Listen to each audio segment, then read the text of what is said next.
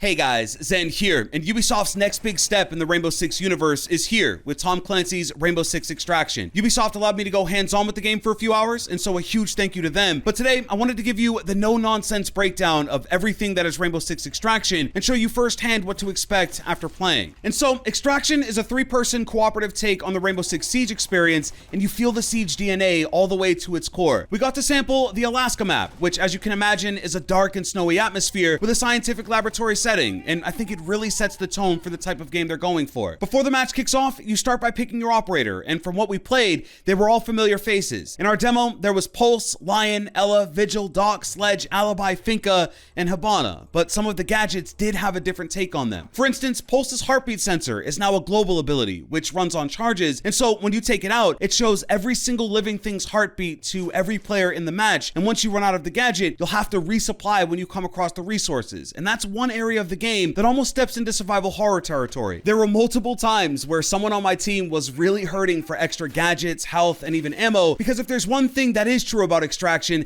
is that it is not your typical co-op, guns blazing kind of game, where the goal is to just shoot everything with unlimited rounds. There were a handful of times where the only option was to run, and if a teammate goes down, you really have to decide if it's worth it to risk picking them back up, because honestly, it's not always the best thing to do. And so the one thing I want you guys to take away from this part of the video is Rainbow Six Extraction is hard. Like, this is coming from a consistent Plat 2, Plat 1 Rainbow Six Siege player. It was a challenge almost each and every round, and you want to know the biggest surprise to really all of us as we played? We were only given the easiest difficulty to experience, and there are much harder difficulties that make strategy and tactics critical if you want to succeed. And in Extraction, what exactly does it mean to succeed? Well, as the name would imply, your ultimate goal is to make it out of there or to get to the extraction point and take off. But you can do this at really any point in time in the game. So before you choose your operator and customize your loadout, you'll be shown the 3 objectives for the match. There are a bunch of different objective types with a variety of gameplay. Specimen is where you have to lure an alien target back to the extraction zone without killing them. Biopsy forces you to collect a tissue sample from a specific target by performing a takedown, but the catch is to stun them first. And the most interesting is MIA, where an operator from the roster has been absorbed into an Archean tree where you'll find them in stasis and you have to go and retrieve them. To do this, one of you will physically pull the operator out of the tree, but the tree actually pulls back, kind of like tug of war. And so these glowing red balls called fuel pods will begin to spawn from the roots and make their way down toward the operator, and your teammates will have to shoot them out to stop it from tugging back. Of course, enemies will begin to pull into the area as well, and so there's a good amount of teamwork and communication needed to get this done. Once the operator is fully pulled out, it's time to get to the extraction point, and so one of you will put the op on your shoulder and only be able to use your secondary, while the other 2 defend and escort. At the extraction site, you'll place the operator in a chamber and either move on to the next objective or extract. You might ask, well, why would I ever choose to extract if there's more objectives? There's a global system in place where the current state of your operator follows you even after you leave, and it also acts like Rainbow Six Siege where there are no respawns. So if you die, you're out for the rest of that match, but the operator you died with is also unavailable to play for a while and goes MIA. So eventually you'll have to go and save them as well. So if you complete an objective and your entire squad is hurt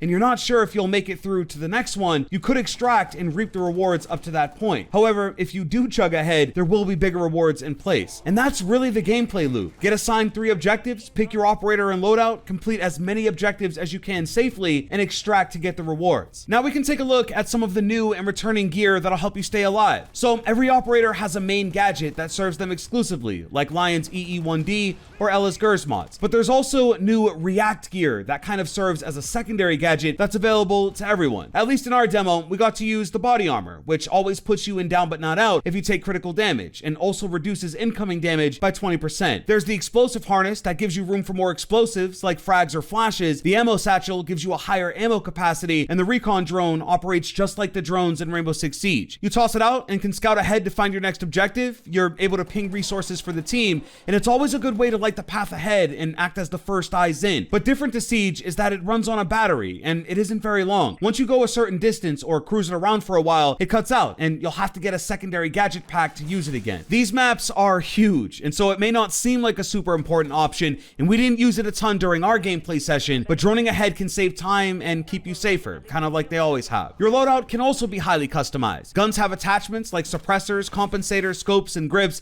and skins and charms make an appearance as well. The last thing to note is that the weapons of each of the operators are a lot more open-ended. For instance, Ela has access to the Scorpion as usual, but she also gets Zophia's M762 if you opt for that. map. Pulse has the UMP, but also Thermite's 5.56. And of course, with this being a co-op game, the extreme level of balance isn't as necessary, so there are just more options available for everyone. But what about the enemies? What exactly is this foreign threat? They're called Archeans, and there are a lot of different variants and archetypes. The Grunt is the base model. They melee and move fast, but don't require a ton of effort to put down. The Bloater will detonate on contact and leave behind a toxic gas, while the Breacher will detonate and cause massive damage to the operators and other enemies, so you can kind of use them to your advantage. And there's specific enemies that require the gadget of certain operators, like with the Lurker. It can make itself as well as other enemies invisible, and so bringing alongside a Pulse in that situation will help to spot and take them out. There are a ton more, and ones that I hadn't even experienced, and so there shouldn't be any shortage of enemies to expect. Next is the environment, and if you're coming from Siege, you know that the maps are just as important as every other mechanic in the game, and the same is true here. Not only are they massive levels that'll take some time to truly master, there's all kinds of environmental threats laid throughout. There's a map-wide black buck that covers almost every inch of the map. It's called Sprawl, and it develops alongside the nest, which will continually spawn Archeans unless you take them out, and there's a really cool animation to do so. If they're high up, you jump up and drive your knife into one and cut it down to remove it. The Sprawl slows you down. It's like constant barbed wire, and one of the first things you'll do when you enter a new area is try and wipe out as much of it as possible because you're forced into a walk unless you get rid of it. Basically, any damage will do it. So grenades are good for a pinch, but a full magazine will also remove it. Although, again, using your ammo for Sprawl means less when you actually need it. You'll also find these yellow spores that if you walk by will actually stick to you and slow you down,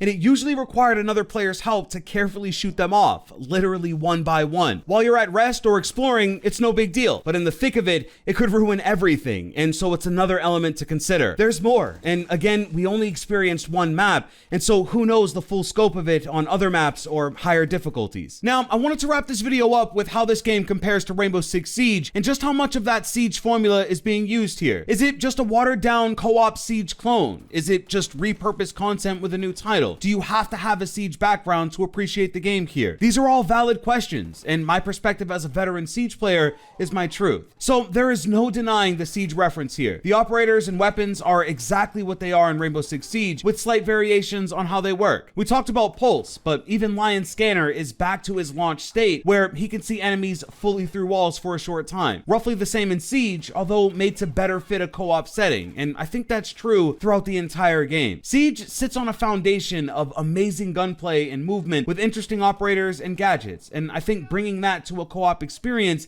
is the perfect counter. The Siege community has been begging for a more casual way to play, and this is it. If you want to break from playing ranked or sweating for MMR, but still want to shoot stuff the only way you can in Siege, then this is that game. From a Siege player, I had fun. I honestly enjoyed every minute I played, and I wanted to play more, and I honestly cannot wait to play more. Before Siege, I was a Destiny guy, and played through hundreds of hours of repetitive PvE content like Strikes and Nightfalls, and also got to it in hard mode raids with a full squad. And so, from that perspective, this also had those hooks. Now, for someone brand new, maybe you've never played a single game of Rainbow Six Siege, or just never fully got into it, there's a boatload of content. If they do move over even most of the operators from Siege, that's potentially 30 or more characters right at the start, which is like a fighting games lineup. Like, there will be something totally new for you to experience for months ahead. Guys, in general, I liked it a lot, and I'm not just saying that. I think just like Siege, at launch, there is a lot of potential for this one, and I'm hoping they fully realize it and take it all the way. The one thing that really did surprise me was the level of difficulty here. If there's one thing that most people can agree on, is that Siege is not an easy competitive shooter, and I don't think Extraction is designed to be an easy cooperative one. There's a difficulty curve that if you have come from Siege, yeah, you will have the mechanics and the aim and all the gun skill and the knowledge behind you to kind of take you through it, and it could go a long way. But even with all that stuff, there's a brand new game here, and there's a lot of new mechanics that you have to learn and master. Plus, of course, the maps are incredibly large and dynamic and have all of the same tropes from a Rainbow Six Siege map, like drone holes and different entryways and things like that. Now, we have a full complete run through of the Alaska map here on the channel that shows how a full game plays out from start to finish, and so get subscribed with notifications to catch that video, because there's a lot to see. There's lots more Extraction content coming up, and so guys, leave a like on the video, and I'll catch you in the next one.